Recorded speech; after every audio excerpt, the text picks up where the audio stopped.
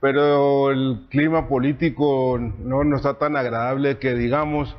Pero en fin, hoy es una noche del programa muy especial, sobre todo por los invitados, el tema, y realmente debo de precisarle que por coincidencia este fin de semana a casi todos los analistas políticos nacionales y locales se les ocurrió hablar sobre el mismo tema.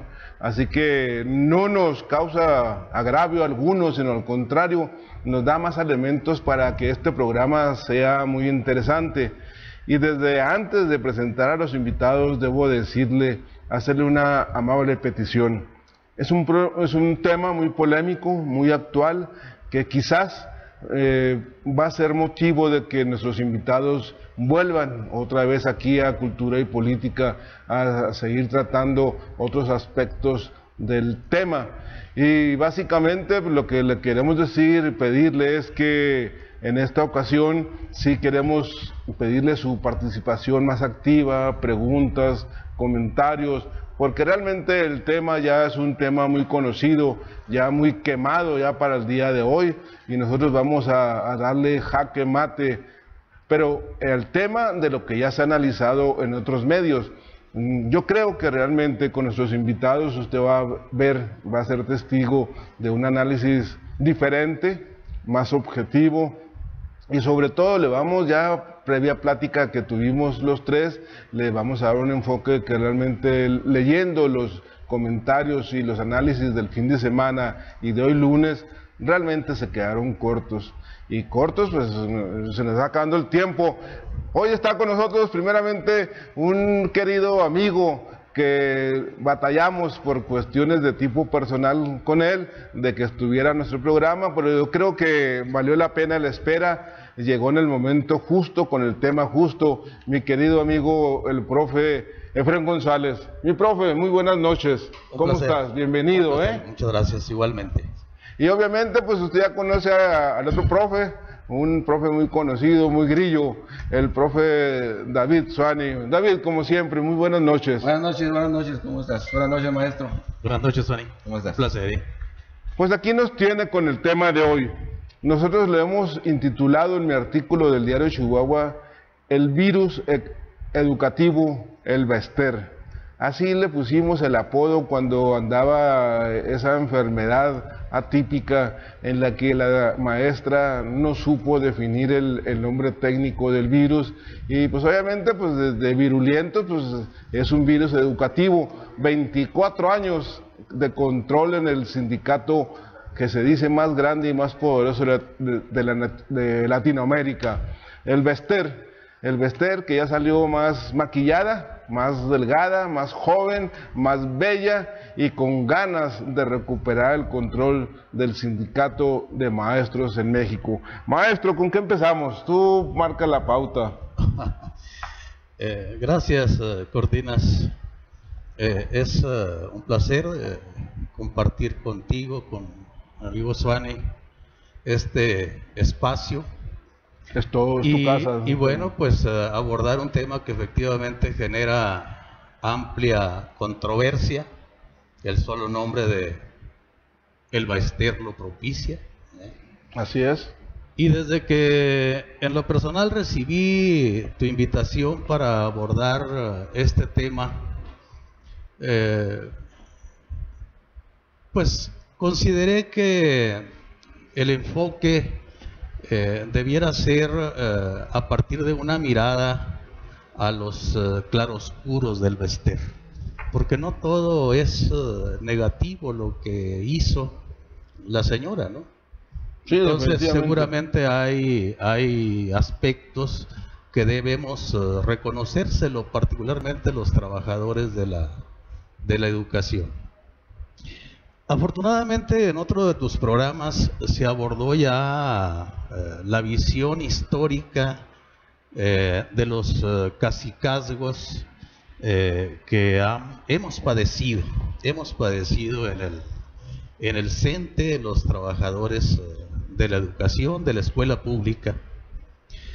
Aquí el profesor Avelino Soto hizo una descripción muy puntual de los tres cacicazgos, el de Robles Martínez, como sería el primero de ellos. Le sigue Carlos Jongitud Barrios, y el último cacicazgo que pretende ahora Maestros por México perpetuar, el de la maestra Elba Ester Gordillo. Recapitularíamos nada más recordando que el jongitudismo concluye en el mes de abril de 1989, y por disposición presidencial, siendo Carlos Salinas de Gortari el presidente de la República en ese momento, es como llega Elba Ester a asumir las riendas del Sindicato Nacional de Trabajadores de la Educación. Unos años más tarde la legitima un congreso, pero ella asume prácticamente la dirección del CENTE por disposición presidencial y no por voluntad de los trabajadores de la educación, ¿ya? Y bueno, entonces, como yo decía, que la pretensión en lo personal es darle un enfoque de claroscuros. El discurso inicial de la maestra Elba Ester, a partir de que asume el control del CENTE, trajo algunos elementos que vale la pena recapitularlos. Una vieja demanda de los maestros democráticos tenía que ver con el ejercicio del voto secreto para poder elegir a nuestros dirigentes. Sí. Eso no existía en los dos cacicazgos anteriores. Entonces ella presenta un discurso novedoso que se identifica con las fuerzas democráticas que nos movíamos en aquellos años en nuestra organización sindical. Y otro asunto tenía que ver con la incorporación a los órganos de dirección sindical de las expresiones democráticas, es decir, para darle un espectro plural a dicha representación. Claro. Pues esos dos asuntos, lo que tiene que ver con el ejercicio del voto secreto para la elección de dirigentes, ¿ya?, y la representación proporcional, donde permiten incorporarse a otras voces, son obra de la propuesta inicial de la maestra Elba Ester Gordillo. Yo diría, en sus inicios, sí. No, pero además queda establecido en la norma estatutaria vigente. Todavía tiene vigencia ambos planteamientos dentro de nuestra norma estatutaria. Yo diría entonces que, para abonar un poco en los aciertos, pero claro que el asunto del momento pues es poco para la fase negativa que tuvo la maestra en esos 24 años de presencia, caracterizaron a su cacicazgo, y desde luego pues las voces de inconformidad de los mayores amplios sectores del magisterio en relación con el planteamiento que viene haciendo una asociación civil creada e impulsada por ella, que es la Asociación Civil Maestros por México, que tiene ya presencia nacional. Aquí mismo en Chihuahua ayer hicieron un pronunciamiento público, y hoy aparecen algunas declaraciones que donde expresan explícitamente su deseo de que la maestra vuelva a asumir las riendas a nivel nacional del Sindicato Nacional de Trabajadores de la Educación. Sí, David. Fíjate, maestro, esto que mencionas, hay que ver el nivel de la gravedad, porque bueno, estamos hablando de un sindicato en el que no ha podido gozar de una democracia plena. Ha ido de cacicazgo en cacicazgo, y bueno, pues quienes tenemos menos de 30 años en servicio o 30 y tantos años en servicio, no conocemos la democracia sindical realmente. Esta es una situación que debe validarse en todo el sentido de la palabra, ¿verdad? Porque quienes promueven el regreso del Bester, en su mayor parte son maestros que ya no están en servicio. Son los maestros que de alguna forma formaron parte de las huestes del Bester. Y bueno, independientemente de que estén solicitando o estén previendo el regreso del Bester a las riendas del sindicato, yo creo que sí debería de considerarse muchos aspectos. Yo quisiera retomar un poco a el Bester como la mujer poderosa, porque realmente el Bester es una mujer poderosa, es una mujer de un carácter muy fuerte. Aquí en Chihuahua el Bester tuvo parte de sus años de formación, y hablo de sus años de formación porque el Bester aquí fue delegada del Comité Ejecutivo Nacional del CENTE y posteriormente fue delegada del Comité Ejecutivo Nacional del PRI. Entonces ella aquí en Chihuahua, su carrera, parte de su carrera de formación, la fue haciendo aquí, ya en donde ella llevaba el poder en la mano. Ya con el poder en la mano, ella formó aquí sus cuadros, y aquí tiene en Chihuahua amigos personales muy cercanos y muy directos, que desde su juventud o de sus tiempos mozos formaron parte de este grupo, y que ahora pues seguramente son parte del grupo que impulsa su regreso. Eso es una situación que no se ha tocado mucho, pero a final de cuentas hay que tomar en cuenta que muchas de las personas, muchos de los maestros y muchos de los priistas que formaron parte en ese tiempo del control del sindicato y el control interno del PRI, pues son parte de su núcleo cercano y muy cercano, ¿eh? Son personas que nunca han perdido el contacto y la comunicación con ella, y que siempre han impulsado y han sostenido una relación muy cercana con ella en el poder y fuera del poder. Bueno, antes de continuar, como siempre, mire, sobre todo hoy en especial, que le estoy pidiendo a nuestro auditorio que un poco más de participación, preguntas, sugerencias sobre el tema. Nos está viendo mi profe Gustavo Franco Olivas, Guadalupe Granados, José Daniel Aguirre, Víctor M. Morales. José Daniel te manda un saludo. Guadalupe Granados, Mónica Reyes, Lucy Gómez, Fernando Flores, Francisco Valente, nos manda saludos a los invitados. Víctor L. Ruiz, también excelentes invitados, Juan Manuel Arriola, Rigo Bojorquez, Héctor Bernal y Lucy Gómez. Es correcto, profesor Efrén, hablar de que la maestra, que ya se ganó el apodo de la maestra, nada más un que otro loco como yo que le digo el virus educativo, pero es correcto decir que el Bester es el ícono de la corrupción magisterial. Totalmente, totalmente.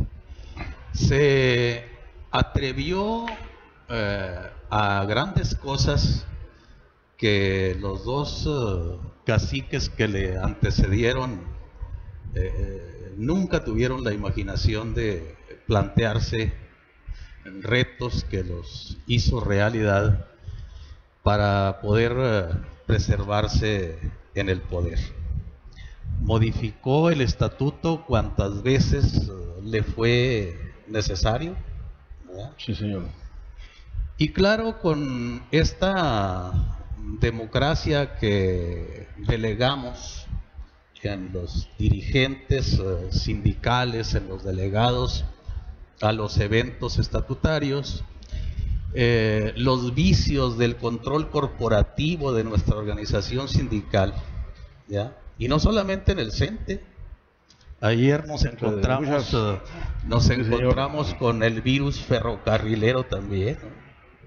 Sí, ayer por enésima vez el líder de los ferrocarrileros, Flores, es reelecto para volver a tener otro periodo.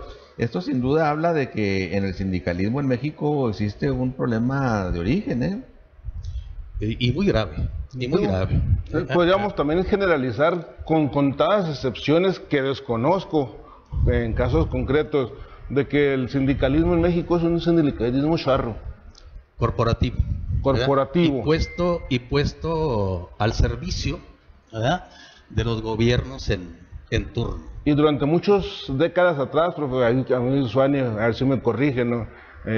Por su función de asesor electoral, obviamente también fue usado el sindicato magisterial como un coto electoral para que votaran por los gobiernos en turno. Es una de las características del sindicalismo corporativo, auspiciado desde los espacios de poder gubernamental. Bueno, pero no nada más de los espacios de poder gubernamental. Yo creo que desde el mismo sindicato o hasta fuera de él, cuando existe un poder real. Lo podemos ver ahora. Gran parte de la organización que Morena como partido tuvo para llegar al triunfo, no es por Morena como partido, es por dos organizaciones magisteriales que llevan clara línea del Bester Gordillo, ¿sí? Estamos hablando de unas redes progresistas que están a nivel nacional integradas y manejadas por gente plenamente identificada con el Bester Gordillo y de un movimiento de Maestros por México que también participa activamente dentro de la campaña de López Obrador y que también dentro de ese grupo forman parte las anteriores o quienes formaron parte de las anteriores administraciones sindicales, no solamente en Chihuahua, sino en el resto del país. Es decir, aquellas personas que estuvieron dentro del sindicato en el periodo en el que el Bester estuvo, muchos de ellos están integrados en una agrupación nacional que se llama Maestros por México y que de alguna forma son los que están ahorita previendo o buscando la manera de reincorporar al sindicato, al poder en el sindicato del Bester. Del cacicazgo de 24 años de la maestra, profesor, ¿hay cosas positivas, hay cosas que hay que reconocer? Bueno, yo señalaba lo que tiene que ver con la reforma estatutaria, ¿no? Que recogió aspiraciones de lucha del magisterio democrático. Pero junto con ello habría que señalar un elemento de interés que tiene que ver con la reforma educativa. Pero antes de ello, retomaría yo aquí el comentario que hace el compañero David Suani.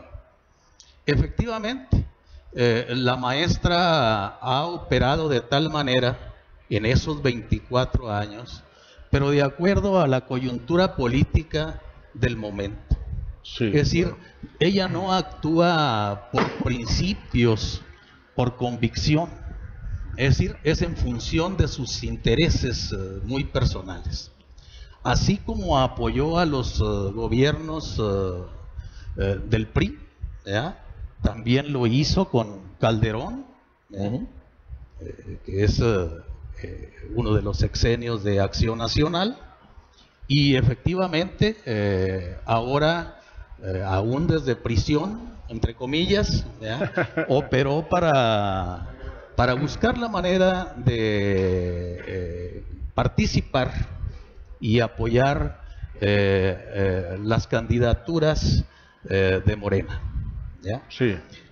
Primero inició su participación en el Estado de México con la candidatura de la maestra Delfina Gómez a la gubernatura del Estado y también ahora en la elección 2018 efectivamente apoyaron con la estructura que ellos fueron construyendo a nivel nacional, tanto con la Asociación Civil Maestros por México como las redes sociales progresistas, y tuvieron una contribución relevante, particularmente con lo que tiene que ver con la conformación de la estructura de la defensa del voto. Claro, sí, señor. Entonces, pero bueno, esto es una situación de coyuntura. Si mañana el Bester logran reempoderarla al frente de la organización sindical y el escenario político cambia, allá estará ella, no tiene empacho en ir de un partido político a otro, ¿no? Bueno, no. Tanto que fundó su propio partido, ¿ya? Que por cierto acaba de perder el registro, ¿no? Lo fundó y también le dio la puntilla. Y lo enterró. Sí, sí, ella lo fundó precisamente como una medida de presión hacia los gobiernos del PRI. Y desde ahí ella operó varias cosas. Tan operó así de que operó a favor del PRI, operó a favor del Partido de Acción Nacional. Y ahora que se salió de su control el PANAL, el Partido Nueva Alianza, pues simple y sencillamente se lo llevó a través de una asociación civil a quienes formaban parte de esa estructura y apoyar una campaña, ¿verdad? Entonces, no nada más lo creó, sino que también lo enterró. El Bester tiene ese... Yo creo que esa parte del Bester es algo que no se ha visto muy claramente, ¿no? O sea, cómo de estar abiertamente colaborando con los gobiernos del PRI, de repente ya está con el PAN, ahora está con Morena, y cómo crea un partido y luego también, así de sencillo, lo sepulta. Te voy a interrumpir. Ese es un tema muy interesante. En el 2005 se crea el PANAL. Obviamente la creación de un partido político, usando la terminología del profesor Efren, pues se logra a través de un corporativismo para crear las asambleas estatales con la gente suficiente. La pregunta, con lo mismo que estás diciendo, David, esa creación del partido obviamente fue avalada por el gobierno federal. Y luego después empieza el juego de decir, ya tengo yo... Bueno, pero también quiero que me precises, como lo dijo el profesor, ¿es cierto que el Bester fue la líder intelectual o moral de la creación del PANAL? Porque ya con el partido, pues, es exactamente lo que tú dices, ¿verdad? Pues yo tengo mi partido, pues yo juego con el que me dé mi gana, como una especie de al tú por tú, con el poder que lo vio crecer y que le amparó ese cacicazgo. Dar un valor de intercambio, mira, ¿por qué? A final de cuentas, en la vida corta del PANAL, ¿cómo funcionó? Bueno, como una especie de partido coyuntural en el que un día estaba coaligado con un partido, otro día estaba coaligado con otro, de acuerdo a las circunstancias. Tipo Verde, tipo PT. Pues a lo mejor el Verde un poquito menos, ¿verdad? El Verde ha seguido más o menos una línea, pero Nueva Alianza, un día estaba con uno, un día estaba con el otro, podía hacer una coalición con el PRD, puede hacer una coalición con el PAN, puede hacer una coalición con el PRI, con quien fuera. A final de cuentas, ¿qué era lo que buscaba el partido como tal? Pues llevar a su militancia a los espacios de poder, que es la función de cada uno de los partidos. Claro. Y en esta ocasión estamos hablando de que era un partido eminentemente de maestros, en donde la mayor parte de los candidatos eran maestros, en algunas ocasiones no, ¿verdad? En contadas ocasiones. Pero bueno, a final de cuentas, ¿hacia dónde iba enfocado eso? Bueno, no tanto a buscar esos espacios de poder, sino ver cómo a través de esa coyuntura poder aprovechar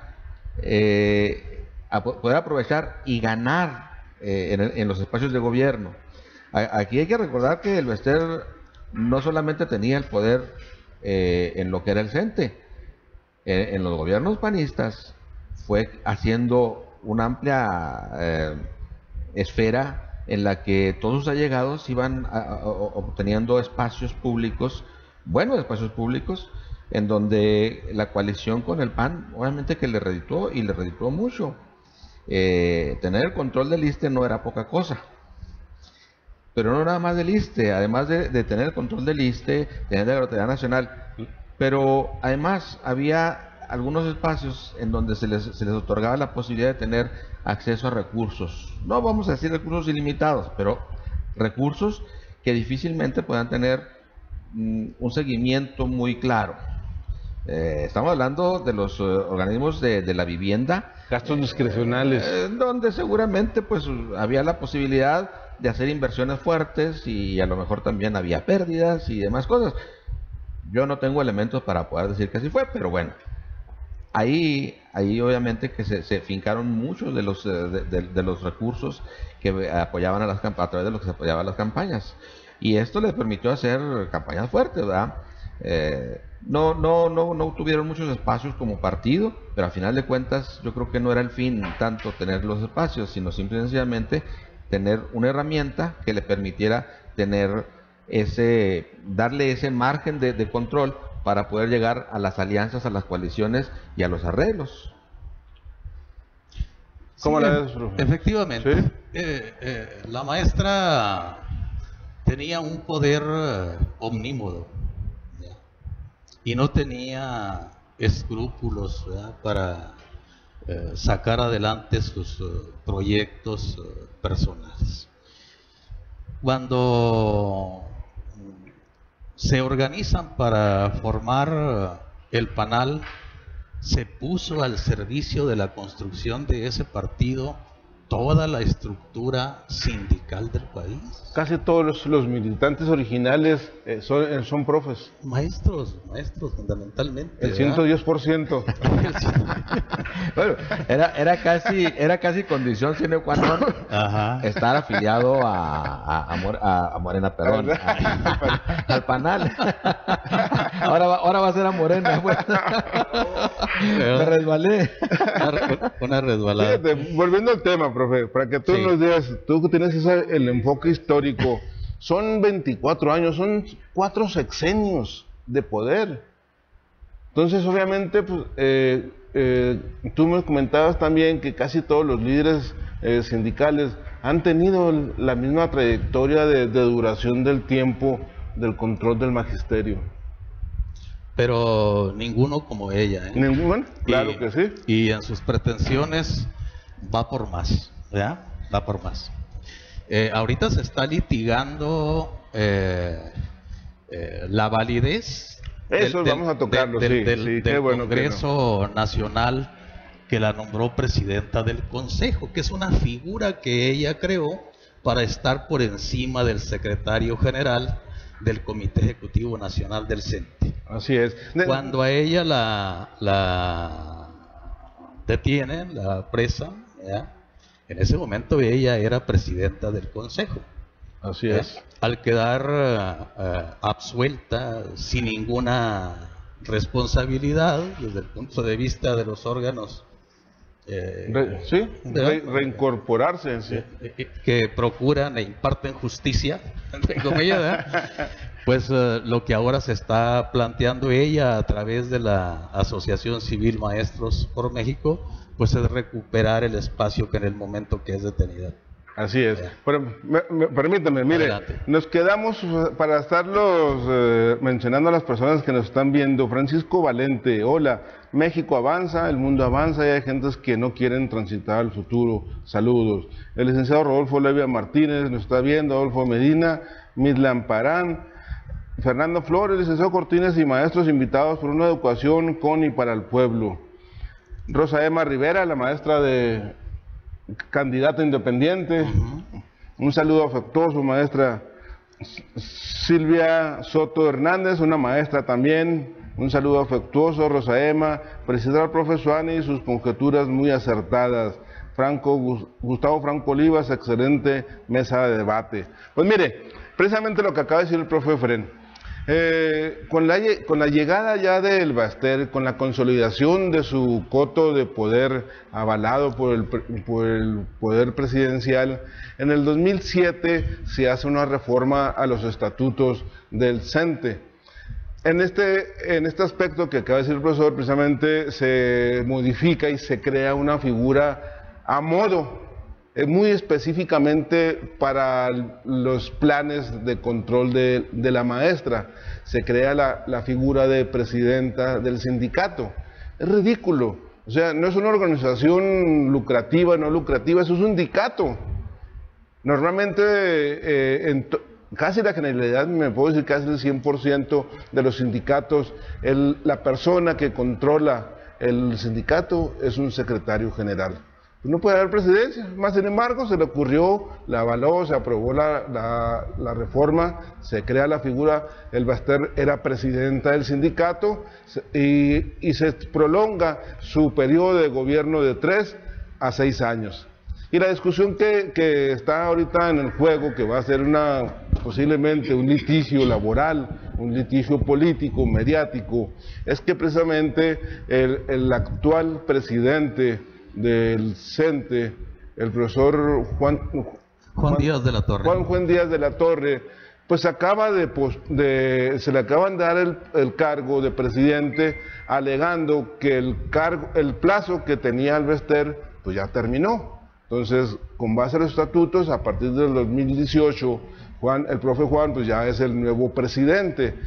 Pero volvemos a la cuestión de fondo, que va a ser la cuestión que usted va a tener que aguantar mediáticamente, porque va a ser un fastidio, pero va a ser una estrategia mediática para el Baster, profesor. Va a estar ahí en los medios queriendo recuperar su cargo. Eso se lo vamos a platicar después. Pero esa presidencia vitalicia, entre comillas, porque de 3 a 6 años, imagínese, con posibilidad de reelegirse también. Así es. Entonces podrían pasar otros 24 años y ya no hace falta que se le ocurra, profe, que el cargo se pueda heredar como quieren los maestros de Chiapas allá.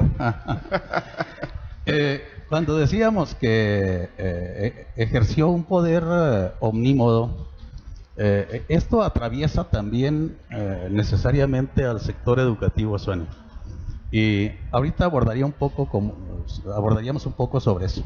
Sí, señor. Pero a propósito de cómo se da esa continuidad en la dirigencia, pues es que el estatuto puede ser modificado de acuerdo al momento coyuntural que se vive. A ver, la última modificación que se le hizo a los estatutos del CENTE se hizo en el Congreso Extraordinario de Puerto Vallarta, que se llevó a cabo el pasado mes de febrero. El artículo 41 prohibía expresamente que todo dirigente del CENTE no podía desempeñar cargos públicos, ser senador, diputado, presidente municipal. Ser candidato, ni siquiera ser candidato. Entonces, como la pretensión de Juan Díaz de la Torre era ser diputado, modifican el artículo 41 el pasado mes de febrero para poder garantizar la participación del actual presidente del Consejo del CENTE, Juan Díaz de la Torre, como candidato. Y lo lograron, lo hicieron. Es decir, así como Juan Díaz de la Torre impulsó esta reforma al estatuto, así lo hizo muchas veces en los congresos nacionales la maestra El Baster. Y si regresa, hará reformas a modo para poder perpetuarse en el poder. Así lo hizo Porfirio Díaz y les quedó perfecto a todo mundo, todos los presidentes de la República, en cuanto llegaban, maestro, cambiaban la Constitución Federal para poder gobernar a título personal, o como dice, su modo personal de gobernar. Así es. Y así lo seguirán haciendo, Y hasta no, pues claro, así lo seguirán haciendo. Mundo. Sí. Oye, es imposible creer o pensar que alguien va a llegar a gobernar con algo que no se ajuste a sus intereses, a sus intenciones y a la condición que pide en el momento, ¿no? Y estamos viéndolo, o sea, ya ahorita en este relevo sexenal, el presidente electo está solicitando al presidente actual, bueno, pues que haga algunas modificaciones a la ley. ¿Para qué? Para que las leyes estén adecuadas, estén hechas a la medida de las circunstancias de cómo él quiere hacer su gobierno, ¿verdad? Y seguramente tendrá que hacerlo el presidente saliente.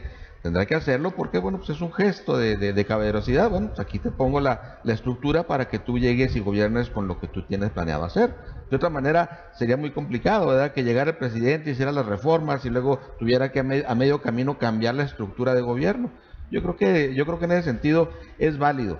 Es válido para darle gobernabilidad no solamente al país, en un estado también pasa lo mismo. Y en un sindicato pasa algo similar, ¿verdad? A final de cuentas debemos de tener en cuenta que un sindicato no es más que el reflejo de lo que sucede de alguna forma en el país y en cualquier congregación social, porque el sindicato pues es un gremio de maestros que requiere adecuarse a las circunstancias y a la situación. Aquí el problema es cuando se hace la adecuación a favor de las personas y no de las instituciones.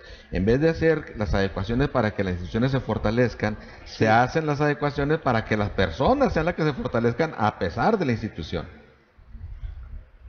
Profesor, los derechos laborales de sus agremiados, más sin embargo el CENTE, pues ya prácticamente, ya lo comentó David, a través de los apoyos electorales ha logrado cargos públicos, tiene incrustado gente ahí que en un momento dado en cargos muy específicos en los que se requiere tener control, manejo de recursos públicos. ¿Cuál es el futuro del sindicato? ¿Va a seguir? ¿Se va a dividir? ¿El Bester va a crear su propio sindicato, así como creó el PANAL? ¿Qué perspectivas lo ves tú ahí, profesor? Mira, pareciera que a la señora, a la maestra y a sus apoyadores, el pasado 1 de julio no pasó nada. Es decir, este país es otro a partir del proceso electoral que acabamos de vivir.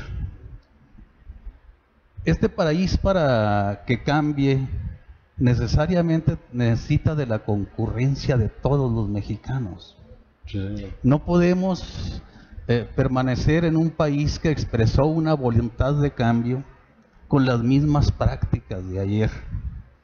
Es decir, los cacicazgos sindicales debieran ser ya un asunto del pasado. Entonces,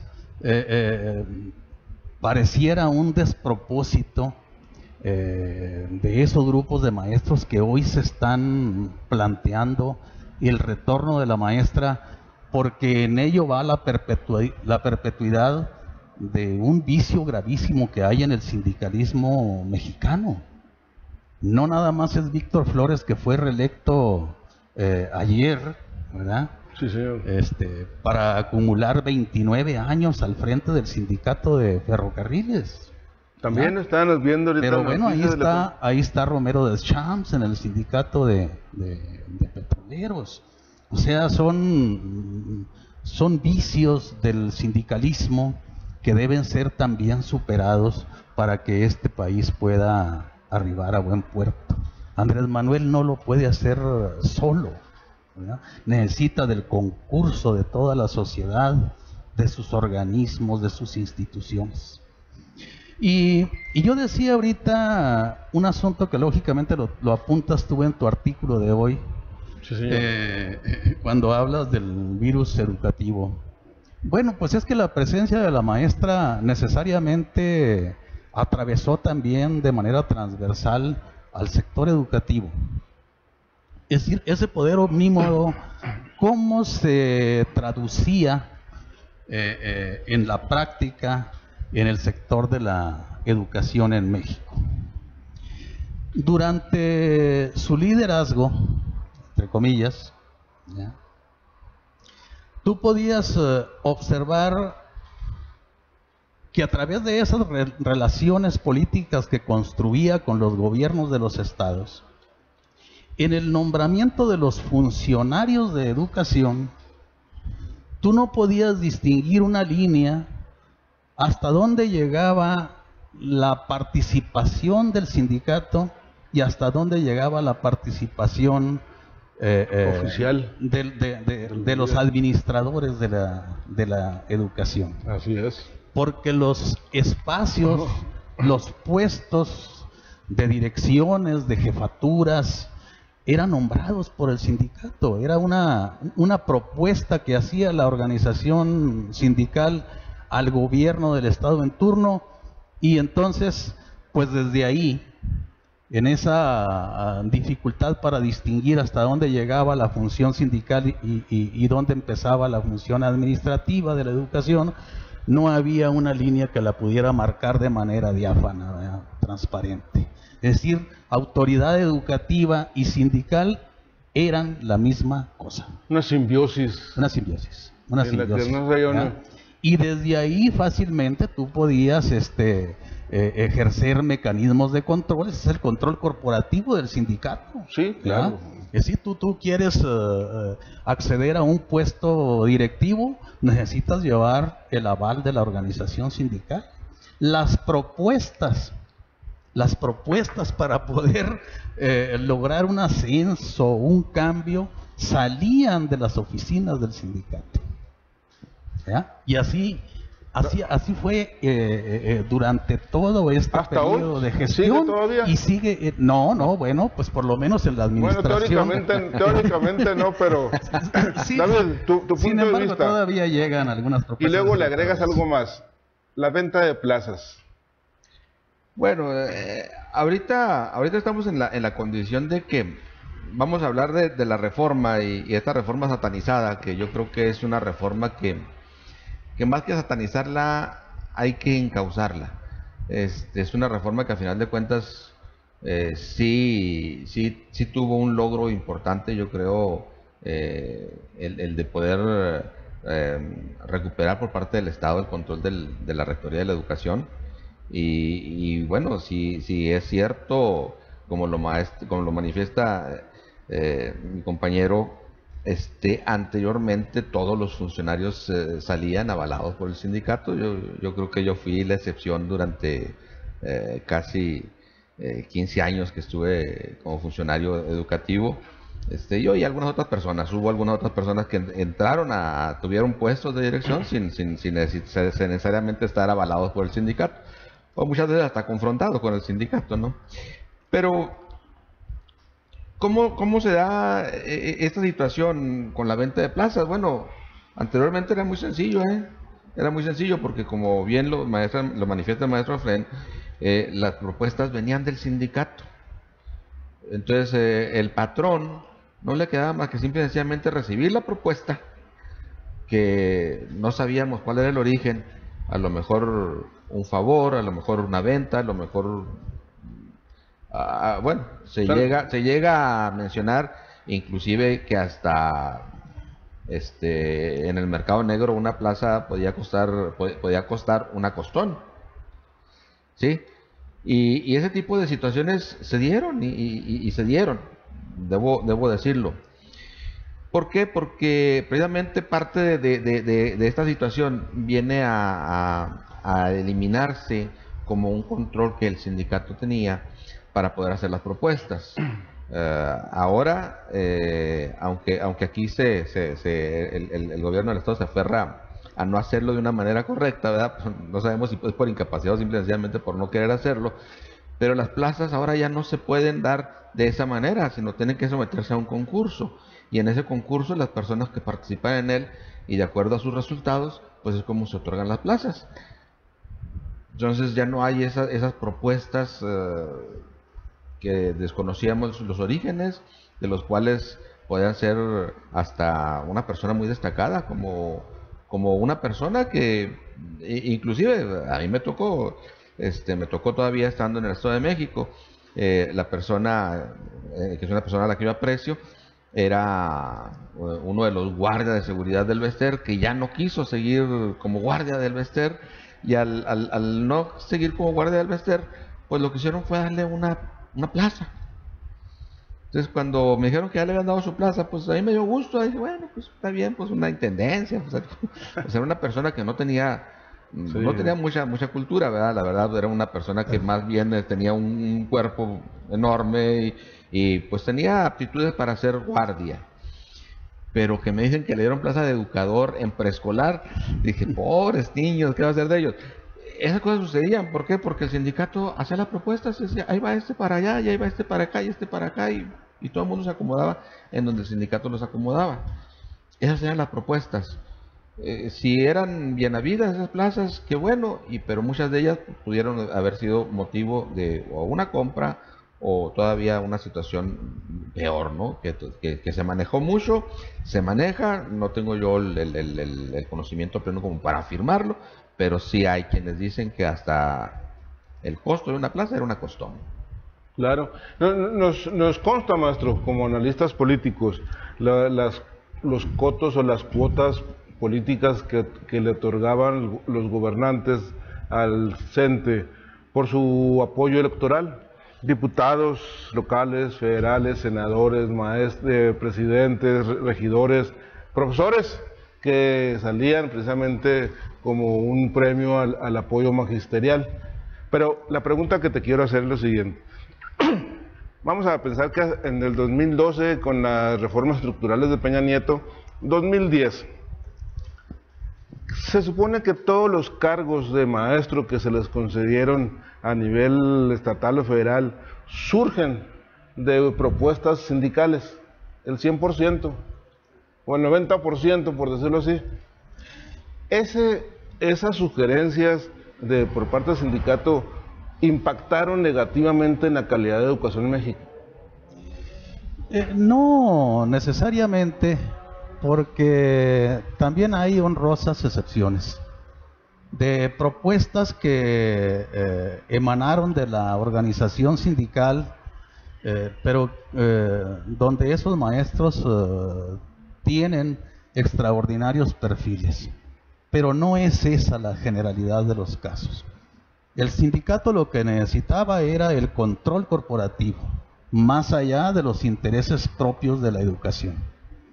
Y ya que aborda este asunto, Suani, yo decía ahorita que la gestión de Elvester lógicamente atravesó también la cuestión educativa, ¿no?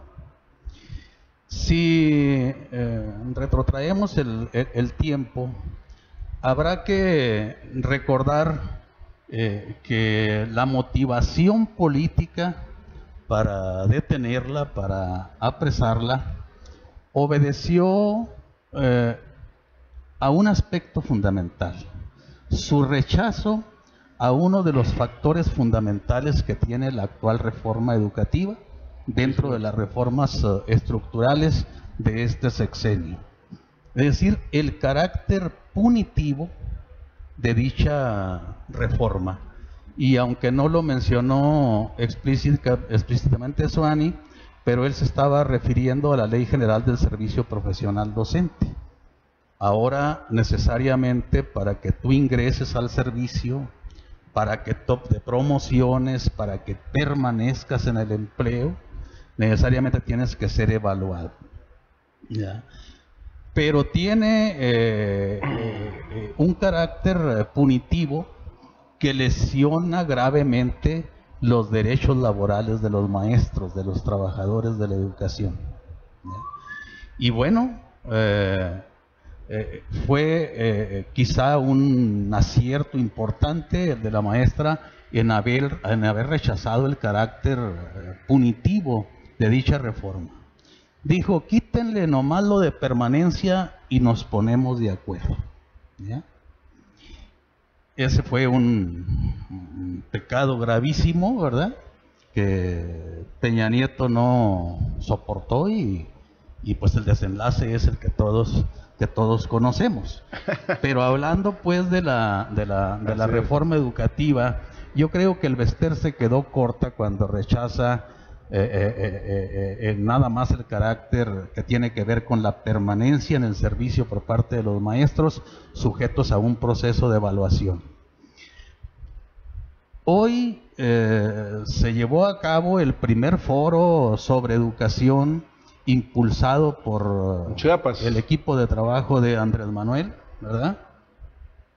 Y creo que no solamente los maestros, sino la sociedad en su conjunto, claro, debe participar de manera activa en esos foros, como en otros que son necesarios, sí, ¿verdad? señor.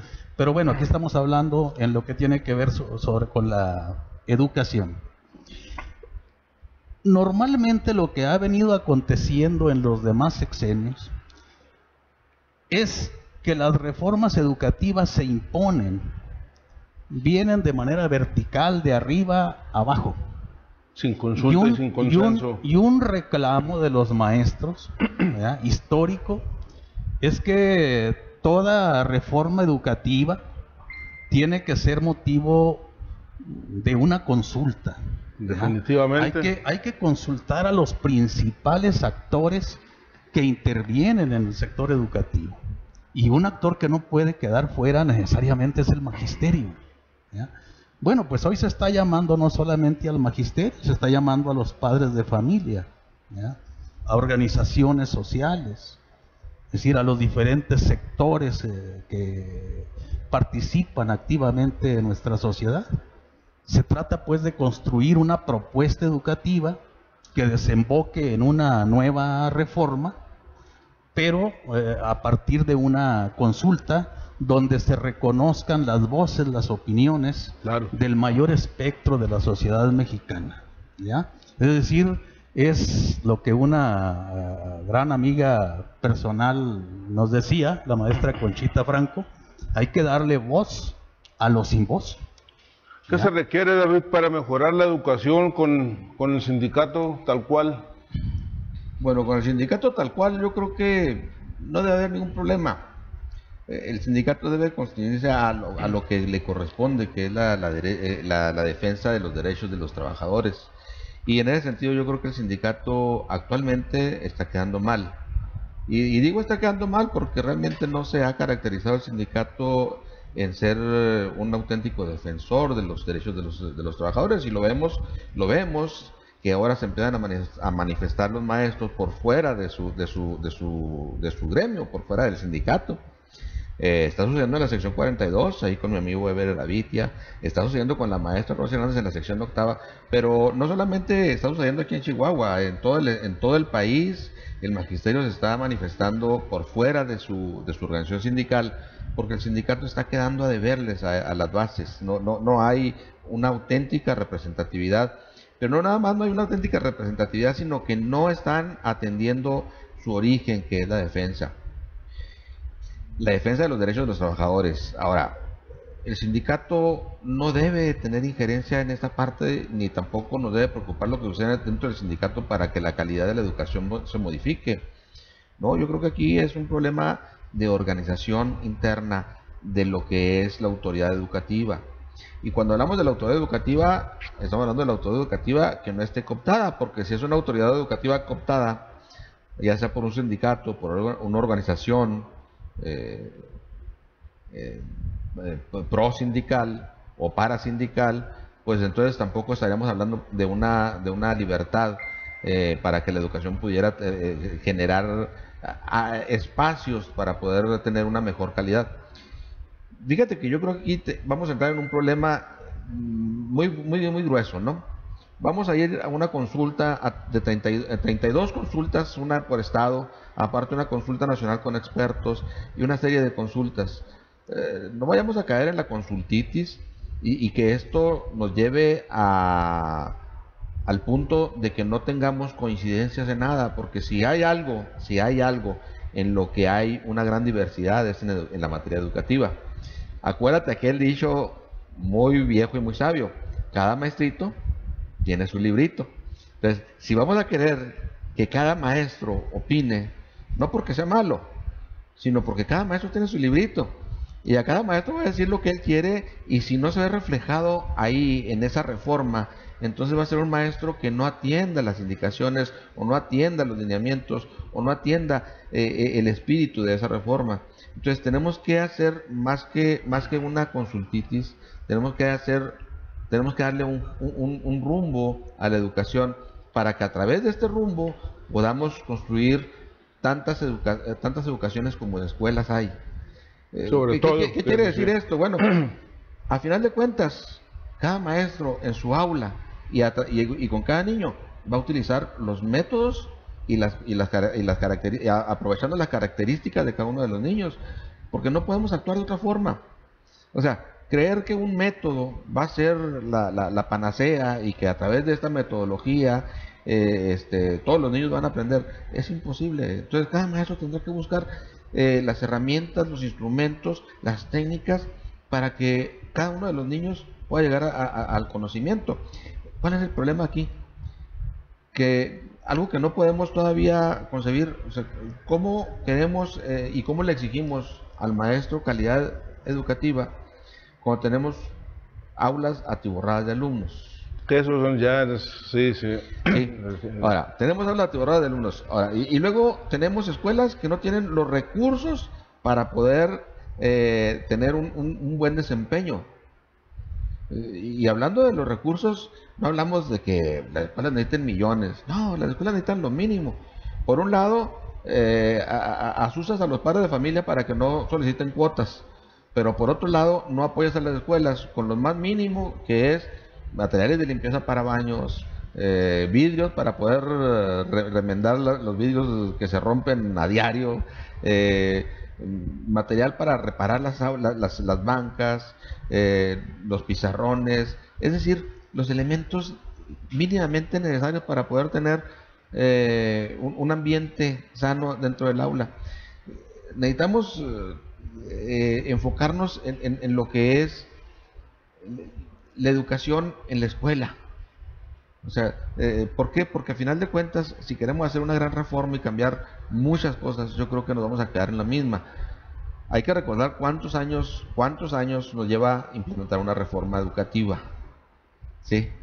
Y fíjate, ahorita apenas, el sexenio de Peña Nieto, los niños de primero y segundo de primaria, los niños de preescolar y los niños de primero de secundaria, los jóvenes de primero de secundaria, están llevando los textos de la reforma que está implementando ese sexenio.